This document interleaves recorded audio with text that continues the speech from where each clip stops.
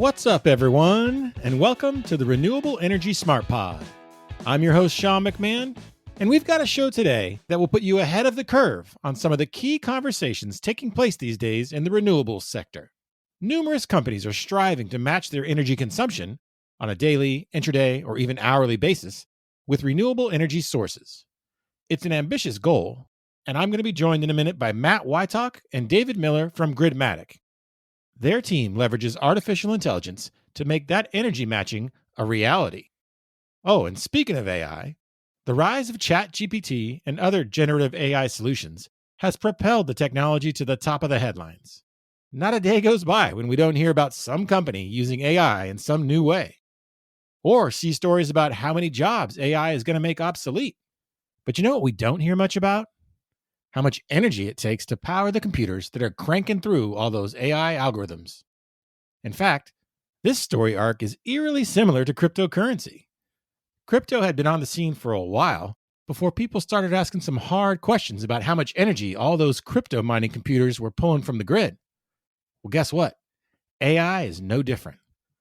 So Matt and David are also going to share their insights on how AI can help solve an energy consumption conundrum created by the popularity of AI.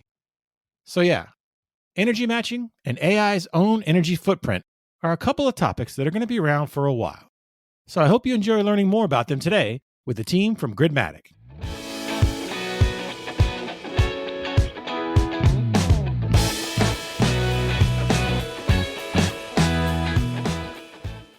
Hello, everyone, and welcome back to the show.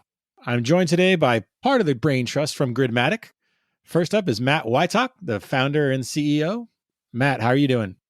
I'm doing great, Sean. Great to be with you today. And I'm also joined by David Miller, the Vice President of Business Development. David, how are you doing? Great. Thanks for having me.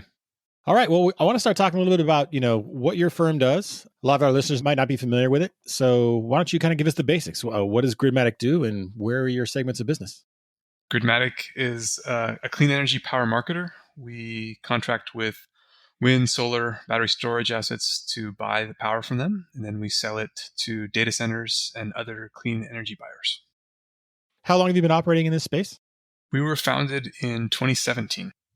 Okay, so among those energy suppliers and customers and maybe even storage owners, what kind of trends are you seeing these days in those markets? Well, we're seeing a lot of growth in all of these activities due to a variety of industry factors.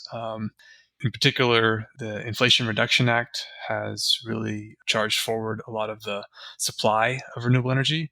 And then on the demand side, we're seeing a lot of these customers that set more ESG-related environmental goals for the carbon intensity of their electricity consumption.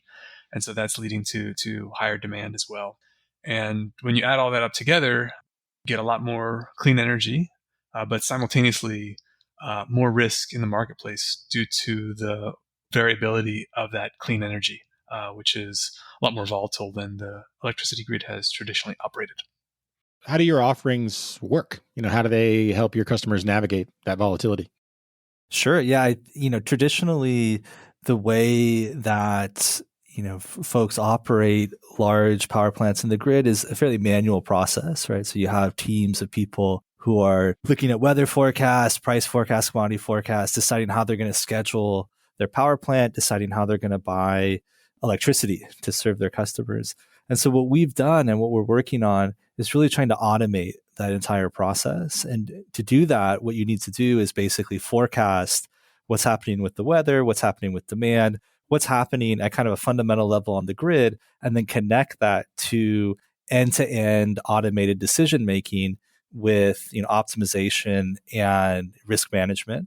And so really the product that we offer for something like battery storage is that end-to-end kind of operating platform that for the most part is fully automated and could do things like optimize when the battery charges or discharges.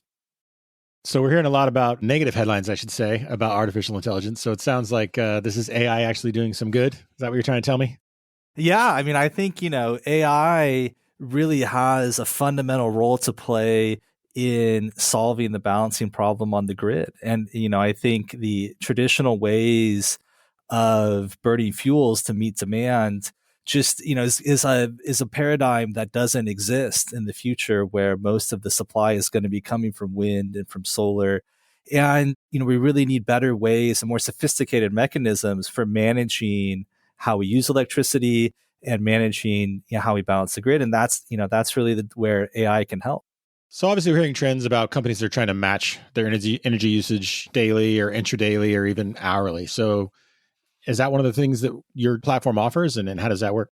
Yeah, that's right. We have a customer right now that's a data center customer that is looking to do hourly matching of their consumption with renewable power. And so we are currently have been serving them for now the past nearly 6 months, doing that where we match and record the generation mix from renewables lined up with the times that they're consuming. And there are a lot of challenges to doing that. There's the upfront challenge of forecasting kind of what is the right resource mix to match to this customer. Because if you buy lots and lots of wind and solar, you can match it on an hourly basis, but that'll be very expensive because you'll have a bunch of excess that you won't be able to get full credit for. So our platform does upfront analysis to forecast the output and construct a portfolio that's lower cost. And then once you get into the operating phase, we can take advantage of the flexibility of resources in order to deliver on the matching targets that our customers set. So that could mean using wholesale battery storage to charge and discharge at the right times to make sure that the customers are being matched with renewable power, or taking advantage of the flexibility of the customer's load shape itself. If they can have the ability to, for instance, adjust the set points on their air conditioning during certain times of the day, or schedule loads at different time periods. And for all those things, the data that's available is not available in real time. So even with smart meters, which have been rolled out to most customers these days, it's typically at least a 1-day lag. And in one case that we have, it's can be up to a 30-day lag. And likewise, on the generation side, there's often a lag of knowing exactly what the production is because market operators are not able to share information in real time. And so that has a significant need for forecasting services in order to actually do the matching at high levels. And that's really where we come in and can deliver that forecasting and optimization to make sure that the matching occurs. Okay, then when it comes to resiliency, obviously there's a lot of demand out there for various reasons, right? Just load to the grid, even natural disasters, things like that. What are the conversations you're having with market participants on that topic? Well, I think the way we interact with the market on resiliency is primarily as it relates to battery storage. We're working with a number of large-scale, grid-scale battery storage project owners. And for them, being available during the peak periods of the grid is really critically important. And in some cases, that means thinking about when they're going to be scheduling their load. So as an example, we have a contract with a customer where we are effectively leasing a large battery on the grid. And in that contract, we can provide notice a few days in advance if we're expecting a major weather event to occur. And that notice has contractual implications for the availability of the facility and gives them heads up that we really want to make sure that it's available, which is important for us to make sure that we're available during those peak periods for financial reasons. But it's also important for the grid that it's sending the right price signals to make sure that these capacity resources, which are designed to be available during the peak periods, actually are available during the peak periods. And to make sure that happens, it does require this forecasting on a multi-day basis.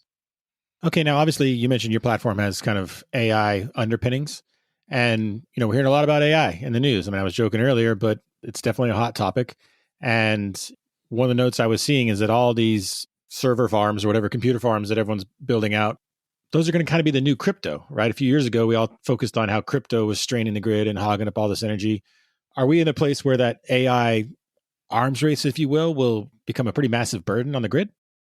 That's a great question. And, there is an explosion happening in AI right now and a lot of excitement. I think when you look at kind of the broader story around decarbonization, a lot of that is about greater electrification, right? So, we're turning these end uses of energy. So think about transportation, right? How do we make transportation clean? Well, we convert vehicles to electric and then we charge them with clean electricity, right? So our thesis actually is that we're going to see a big growth in electricity demand across all these industries, right? And so, yes, AI is going to grow, and that's going to create more demand, which sometimes creates challenges in certain grids in certain places. But also transportation, electric vehicles are growing. We're going to see, green hydrogen, big installations are being built now in places like Texas. And, as we move all of these, heating and cooling to electricity. So we really see a lot of growth in electricity in general. And I think that's actually going to be able to, build this more dynamic grid in the future where you can, as long as you can manage, when you use that electricity, that, it's actually going to lead to a better solution down the road. Yeah, I love that. There's something to be said for having a platform that uses AI to help tackle a challenge that's kind of being compounded by the growth of AI. So there's some kind of joke in there. I'm struggling to find it, but it's in there somewhere. We say that we work for the computers in many ways, and so we're just here to keep the AI running and doing the right thing. I think pretty soon we'll all be working for the computers, Matt. All right, so what are the questions you've been fielding from, say, energy customers? As more companies are kind of trying to shift to ESG reporting and climate disclosure practices, obviously it seems like the interest and the questions from those companies have got to be ramping up. Is that right? Yeah, that's right. I think, we're seeing a lot of folks concerned with the status quo of kind of climate or carbon reporting. And in particular, there are a lot of concerns around greenwashing. I'm 100% green. What does that actually mean? When you dive into it, in some cases, that can be, companies that are doing really direct, meaningful things to improve the carbon intensity of their operations. In other cases, it's a much more tenuous link. A lot of companies use renewable energy credits, or RECs, to claim that their electricity usage is renewable, even though those RECs may have been produced by a resource that was located, somewhere very far away at time periods that were not when the company was producing it. And so it only kind of works, that regime only kind of works if someone else is willing to kind of balance out the grid for you and doesn't care about having actual green power. And so we're getting a lot of customers who are saying, okay, we understand that there's concerns with how things have traditionally been done, but what's next? How are we going to move forward here? And I think this time matching is one area where there's a lot of interest, but there's a lot of uncertainty as well. There aren't really good standards. There aren't, other than in a few limited locations right now, there aren't third-party exchanges that can track and register the credits on a time basis. And really, folks are looking for kind of someone to kind of set standards and create these programs. I think ultimately it will come from the bodies that have set up the existing standards, which tend to go back to the states, at least in the U.S. But in the meantime, I think companies are looking for help in designing programs that they think are the right way, that they can show as moving in a positive direction. Because I think there isn't clear alignment on what the direction should be, but I think there is a lot of alignment that the current status quo for claiming a carbon-free consumption is not really accurate. What's your take on the evolution of the REC markets? Do you think we're going to get there in terms of to a place where it's, there's a proper exchange set up, or just, the infrastructure's there to do this stuff real time? We hope so. I mean, the projects that we've done so far, we've done some bespoke solutions, and we would love to tap into a more centralized exchange that increases liquidity and allows more participants in the market at a lower cost to do these kind of time-matched products. I think ultimately it'll be driven by voluntary procurements from large industries, and then potentially we'll see it being driven in certain sectors. So, for example, the U.S. Treasury is currently considering the guidance for what is going to make green hydrogen eligible as green hydrogen for the production tax credit. And one of the things that a lot of folks are looking for is to make sure that green energy is time matched and produced by new renewable resources. Because if it's not, we could be creating green hydrogen, quote unquote, that is more dirty than creating hydrogen directly from fossil fuels. And so that may be one industry where, because the specifics of the tax credit are such that it's defined as requiring more advanced environmental attributes, you may see more innovation in terms of the the changes from RECs to the next generation of time-matched credits that are tailored for that industry. So I think we'll see it, companies that are forward-looking and in specific industries, and hopefully those will lead to more standards being created, which will then allow everyone else to participate as well. That segues to our next topic, the Inflation Reduction Act. How have you seen that impact the markets? It's been a huge impact. I mean, really, I've worked in the renewable energy field for over a decade, and it's been the biggest policy change that I've seen in my career related to renewable energy. I think there have been a number of third-party reports that have forecasted the impact just in terms of new build of renewables, and it's on the order of 20 gigawatts incremental wind by 2030, 20 gigawatts incremental solar, something not quite that large, but similar on the storage side. I mean, we're just seeing the certainty and the values of the tax credits are really making a material impact on the growth.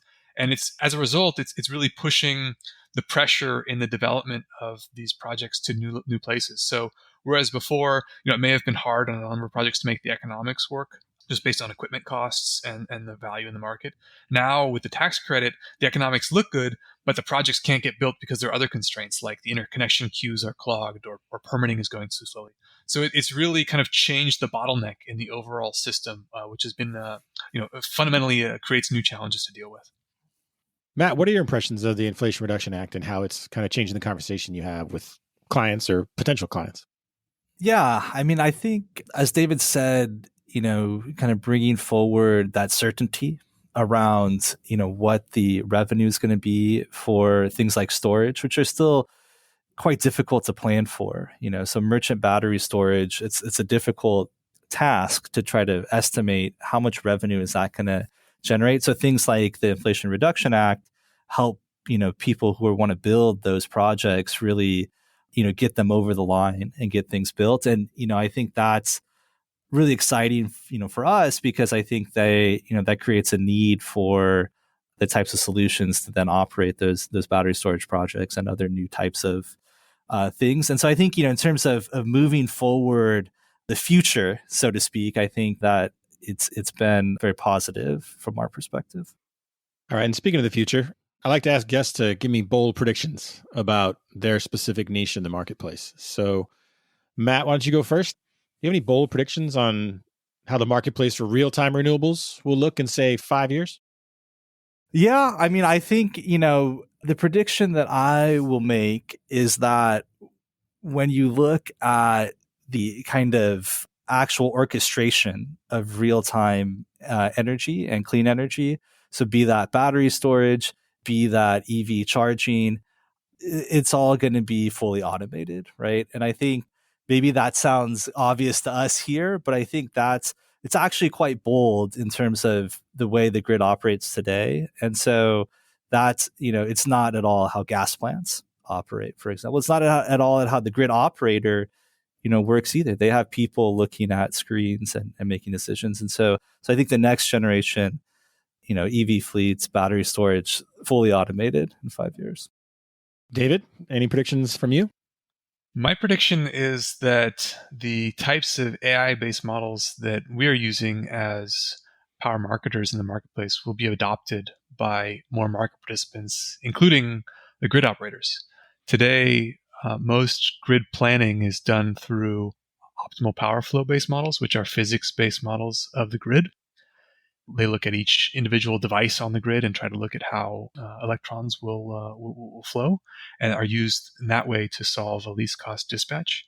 And our view is that approach to problem solving will be augmented in certain applications by AI-based models, which are statistics-based models used to predict outcomes for grid operations without actually modeling the underlying physics of the grid, and are better in certain applications for looking at wide scenario analysis.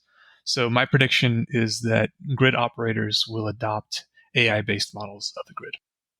So talking about your customers, right? In your conversations with them, what are the biggest challenges that they're trying to tackle? Matt, why don't you take that first? Yeah, I think the biggest challenge that we're seeing is folks who are trying to essentially convert their operations to clean energy, right? Into 100% clean energy. What does that mean? How do we define it? How do we account for it? How do we purchase it? How do we manage it? And so I think that's a lot of companies, want to take that path. And, there's been big announcements from data centers like Google and Microsoft and those teams, but actually making that a reality is an open question. And, I think that's a challenge that we're all faced with right now. And so I think that's, pretty an interesting one. And David, business development is your role, so you must be fielding all kinds of questions. And what are some of the most popular? Yeah, I think the questions that we often get are just around how do we get, meaning the customers get comfortable with the solution? How do we trust it? We can show results that have great performance in terms of improving the reliability or performance or profitability of a resource on the electricity grid. And people really like that. But anytime you're doing something that's different than the status quo, there's always concern of, well, is it going to work in this case, or is my situation different, or is there something that doesn't apply for these examples? And in a big industry with large capital costs, there's just a natural conservatism, which is justified, right? You can't just build a $100 million piece of infrastructure and then make mistakes that damage it or cause it to not perform the way it's intended to. And so I think AI-based models in general are a challenge to explain. Sometimes, you can't tell exactly what's happening, even if you can see the results. And so I think that that's a challenge that both our customers and we face is just getting comfortable with making a transition to future state of technology, which I think we at the company are true believers is going to happen, and many of our customers are as well. But just figuring out what are the things to look for that are going to get someone who's in charge of a very, very expensive, very precious asset to get comfortable with changing the way they're doing things. You kind of mentioned the challenges you guys are facing as well, David. So internally, in your own operations and your own growth plan, what are some of the biggest things that are on your radar in terms of things you got to tackle to continue on that path to growth? Sure. I think in some areas, it's different than in others. I'd say in certain cases, we really see that there's a large appetite for what we're doing. I think we have a lot of traction among certain types of customers, data centers that are very forward-looking from an environmental perspective, or grid-scale battery storage project owners. And there, it's really about achieving scale quickly. So being able to deliver all the needs that we see, and do so effectively and at a high level of service. For other types of customers, I think there is a bit of a timing question. Green hydrogen was an example that Matt raised earlier, and I think for us, we believe that it's going to happen. The fundamental economic drivers look strong, but the timing of it's not totally clear to us. We're not experts in how it'll come together because there's very complex systems that I don't think anyone has truly figured out how to permit and build a massive green hydrogen facility with new technology. It hasn't been done before. And so when we think about how are we going to invest our R&D and what are the areas that we're going to focus on, there are a lot of questions of how quickly should we be focused, or should we be moving on these different new areas? That's something we talk about a lot. Matt, do you have anything to add there? Yeah, I think David had a good summary there. I think, at a more kind of meta level, I would say that we're at this interesting intersection between software and hardware and, physical systems. And so, if you're building a startup in a pure software space, it's basically how quickly can you get people to use it and, get adoption and, grow. In our case, we're kind of coming alongside a bigger wave in the energy transition as new assets are being built and capital is being deployed. And so synchronizing the development of the technology and the business with, those waves of new asset deployments and new phases of building out the next generation infrastructure is just a really interesting question, and one that, we think about a lot in terms of where should we be investing our time and where should we, what's the biggest focus for right now. Okay, and as we're all kind of talking about this, real-time renewables with, time matching down to the hour and things like that, or minute by minute, eventually, I guess, is kind of the long-term goal. Are there any regions, or I should say markets in the U.S., do you think are a little farther along the line or closer to getting there than others? Yeah, I think the biggest challenge with that is really, a large amount of renewable penetration. So really the West, starting from Texas, the middle of the country, California has a lot of, just renewable power. So that's number one. And then the second piece is the flexibility, right? So in order to get to, really match up that clean energy with the demand, flexibility is needed either from battery storage, hydro resources, geothermal. And so really it's a combination of that resource mix. And I think at the moment that, I would say the middle of the country, including Texas and the Western United States, has that resource mix a little bit, further developed than, for example, the Northeast markets. But, I think everyone is focused on how do we get there as quickly as possible. Okay. Well, that's all the time we have today for our conversation. I really want to thank both of you for your time. I really appreciate it. Thanks for having us on. All right, everyone. Well, that's our show for today. Thank you all for listening. And if you haven't already, please subscribe or follow this show on Apple, Spotify, Google, or wherever you listen to your podcasts. And as always, please be sure to share it with your friends and colleagues. Have a great day.